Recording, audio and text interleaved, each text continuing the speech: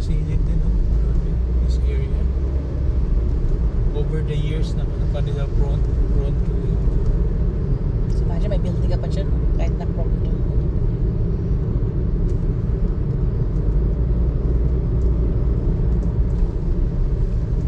So, straight na tayo.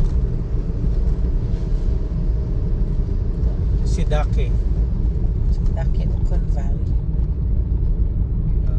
Lawson ka. Dito pala makita natin yung mga Lawson mo. dito tayo sa halfway na.